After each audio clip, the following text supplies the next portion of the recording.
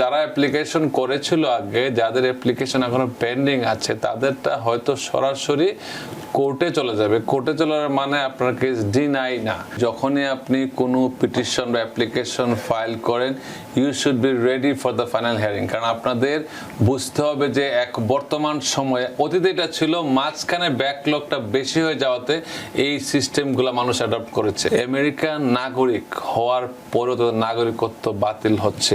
অনেকে দেখা যায় আমেরিকার বিভিন্ন স্টেটে, আপনারা হয়তো আপনারা বলতেছেন না, যে কোনো কেউ পরিচিত পাবেন এরকম, যারা হয়তো আগে একটা নামে আমেরিকা এসেছে, কোন একটা বেনিফিটের জন্য ফাইল করেছে, সে তারপরে এটা ভুলে গেছে। ভুলে যাওয়ার পরে সে অন্য নাম দেয়া ইমিগ্রেশন হইলো, তার গ্রিন কার্ড হয়ে গেল। তখন কিন্তু ফিঙ্গারপ্রিন্টটা পেপারে হইতো। পেপার হওয়ার পরে সে নাম ঠিকানা সব ভুলে গেছে, কয় স্যার আমি তো ভুলে গেছি, আমার দরকার নেই, এটা শেষ। প্রথমে যেটি বলতে চাই মঈন ভাই, আজকে যে ইউএসসিএস এর নতুন রুল, বিশেষ করে আশ্রয় প্রার্থীদের জন্য এই যে জিনিসটা হলো, সেটি আসলে কি এবং সেটি হওয়াতে আসলে কি সুবিধা অসুবিধা আছে? ধন্যবাদ। এটা কারোর জন্য আশীর্বাদ, কারোর জন্য অভিশাপ। কেন বলবো? এই ক্ষেত্রে অনেকেই দেখা যায় আমাদেরকে ফোন করে বলে যে স্যার আমার ইন্টারভিউ হচ্ছে না, আমি অনলাইনে দেখতে পাচ্ছি না, আমার কেস দেখাচ্ছে না। কেন? তারা মনে করে অ্যাপ্লিকেশন, অ্যাসাইলাম অ্যাপ্লিকেশন করার পরে অনেকেই 10 বছর হয়ে যায়, তারা কিন্তু প্রথম ইন্টারভিউটা তাদের হয় না। আচ্ছা, এখন সব দিক বিবেচনা করে আমেরিকান গভর্নমেন্ট, ইউএসসিআইএস, এই যেটা অনেকের জন্য এটা অসুবিধার সৃষ্টি হয়েছে। কারণ অনেকের কেস থাকে, তারা শুধু আমেরিকায় থাকার জন্য অ্যাসাইলাম ফাইল করে। এটা একটা অনেকে আছে রিয়েল ভিকটিম। রিয়েল ভিকটিম যারা, তারা চায় যে তাড়াতাড়ি তাদের জন্য হিয়ারিং হয়, তাড়াতাড়ি তারা যেন মানে গ্রান্ট তাড়াতাড়ি পেয়ে যায়।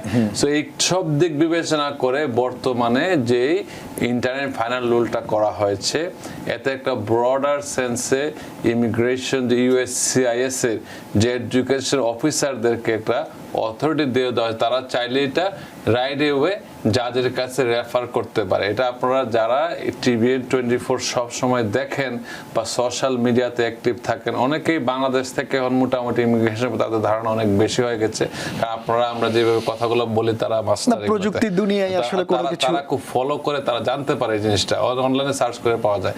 সো এক্ষেত্রে যেটা হয়েছে, এখন যা হবে, যারা অ্যাপ্লিকেশন করেছিল আগে, যাদের অ্যাপ্লিকেশন এখনো পেন্ডিং আছে, তাদেরটা হয়তো সরাসরি কোর্টে চলে যাবে। কোর্টে চলার মানে আপনার কেস ডিনাই না। এখানে আপনি আশ্বস্ত থাকতে পারেন না, এই যে এখন যাদের ইন্টারভিউ হচ্ছে 90% ক্ষেত্রে কিন্তু এডুকেশন অফিসার আর রেফারই করে দিচ্ছে। কিন্তু রেফার করারটা ছিল অনেক দীর্ঘসূত্রিতা। কারণ হচ্ছে দেখা গেল 10 বছর আগের কেস, 8 বছর আগের, এখনো তাদের ফার্স্ট ইন্টারভিউ হচ্ছে না, কিন্তু ওয়ার্ক পারমিট গুলা তার পাচ্ছে।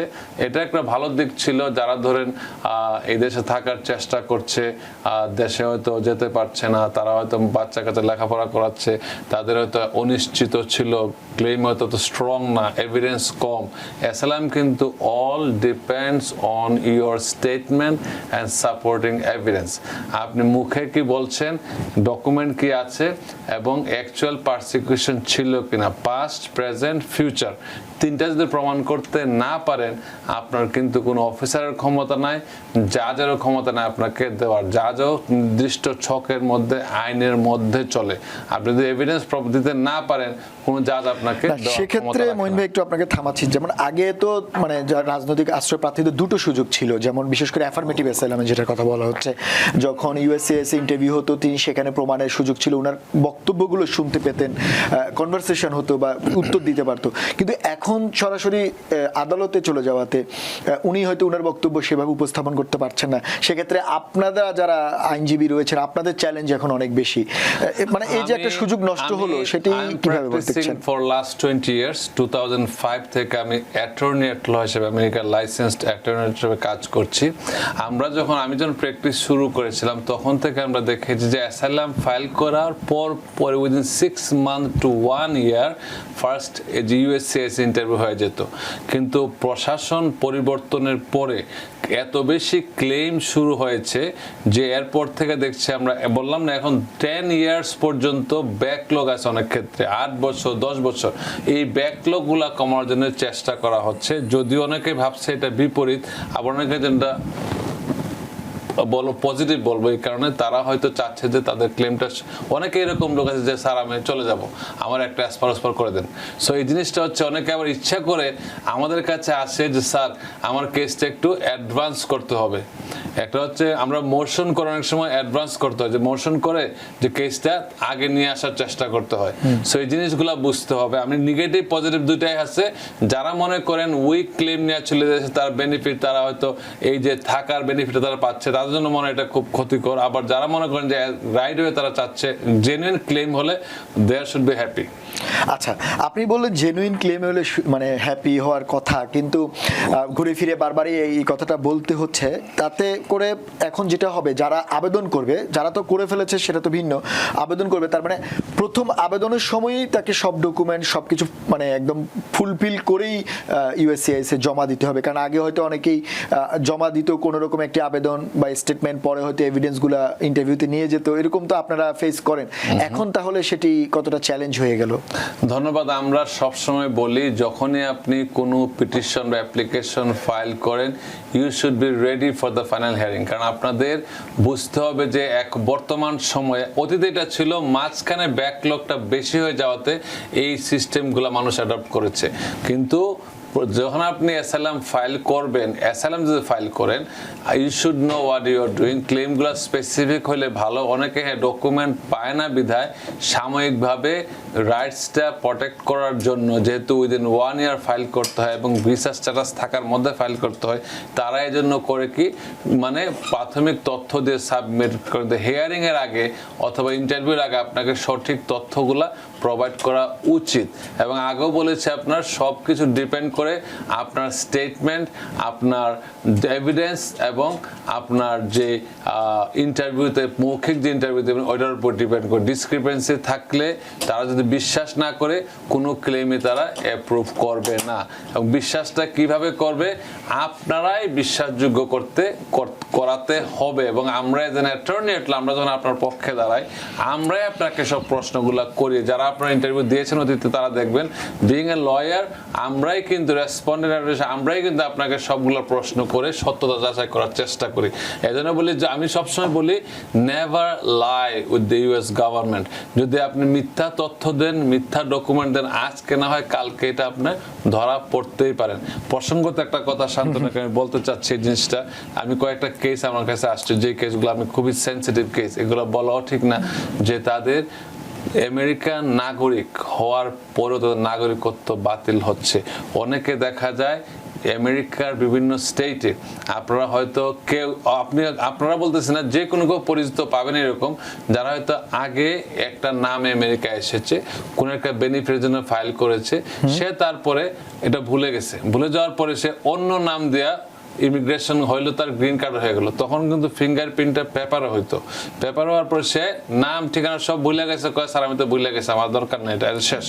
কিন্তু সে এখনো বুঝতেছে যে এখন তার কাছে চিঠি আসছে, দুইটা জায়গাতে চিঠি আসতে পারে। নাম্বার 1, ডিএমবি থেকে যখন সে লাইসেন্স রিনিউ করতে যাচ্ছে, তখন রেটিনাতে আসছে যে তার দুইটা নাম, যেমন আপনি মোহাম্মদ ইসলাম, আপনি মোহাম্মদ রহমান। এখন কিন্তু নাম ফিক্স করে আসছে মোহাম্মদ ইসলাম না রহমান, তুমি তোমার আইডি হচ্ছে মোহাম্মদ ইসলাম আর তোমার আগের নাম হচ্ছে মোহাম্মদ রহমান।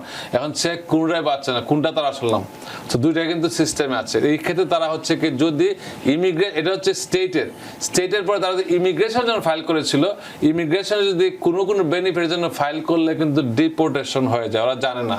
অনেকেই মনে করে ইমিগ্রেশন ফাইল করেছি, আমি ফিঙ্গারপ্রিন্ট দিয়েছি, আমার অ্যাপ্রুভ হয়েছে, আমি ওয়ার্ক পারমিট পেয়েছি, পরে আরেক নাম দিলাম, ওটা ভুলে গেলাম, শেষ। কিন্তু তাদের কিন্তু এই জিনিসটা হচ্ছে তাদের কোনো বেনিফিট অ্যাপ্লাই করলে তারা যদি কোর্টে রেফার করে থাকে, এই নামে তো আপনাকে খুঁজে পাবে না, আপনাকে জানছেন, আপনি অ্যাড্রেস চেঞ্জ করেছেন, ওর নাম অলরেডি ইন অ্যাবসেন্স ডিপোর্টেশন হয়ে গেছে।